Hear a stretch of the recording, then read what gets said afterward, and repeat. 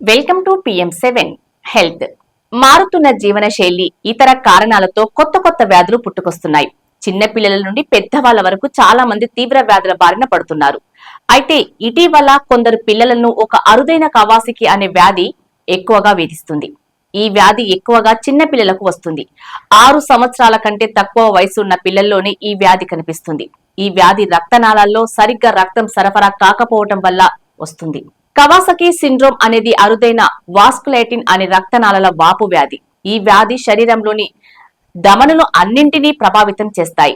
గుండెకు రక్తాన్ని సరఫరా చేయకుండా సమస్యను కలిగిస్తాయి. చాలా అరుదుగా సంభవించే ఈ వ్యాధితో పలు దేశాల్లో చాలా మంది పిల్లలు బాధపడుతున్నారు.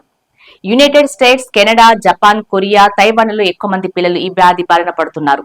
ఈ కవాసకి వ్యాధి గురైన పిల్లల్లో మొదటిగా జ్వరం వస్తుంది. ఆ తర్వాత కళ్ళు గులాబీ రంగులోకి మారటం, పెదవులు లేదా నాలుక ఎరుపు రంగులోకి మారటం, పగుళ్లు రావటం, చేతులు పాదాల వాపుకు గురి కావటం, చర్మంపై పొట్టు రాలటం, దద్దుర్లు వంటివి కూడా వస్తాయి. వీటితో పాటు మెడ ఉబ్బడం, కడుపులో నొప్పి, బొడ్డు నొప్పి వంటి లక్షణాలు కూడా కనిపిస్తాయి. అయితే ఈ వ్యాధి రావడానికి గల కారణం ఏంటని సరిగ్గా తెలియదు. కానీ శీతాకాలంలో ఎక్కువగా ఈ వ్యాధి వస్తుందని నిపుణులు అంటున్నారు. పిల్లలు ఈ లక్షణాలు కనిపించిన తర్వాత వైద్యులను సంప్రదించి చికిత్స తీసుకోవాలి, లేకపోతే సమస్య తీవ్రమవుతుంది.